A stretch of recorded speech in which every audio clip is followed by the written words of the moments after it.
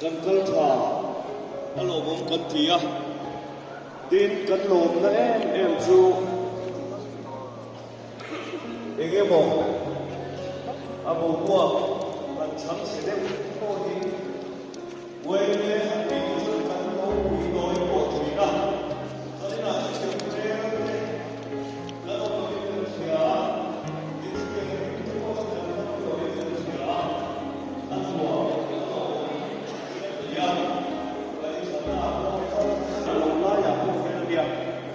Runs boy to come into who walk in open bed with somebody. Chú bằng chú này là đi buồn kêu kê chú chú anh đi do không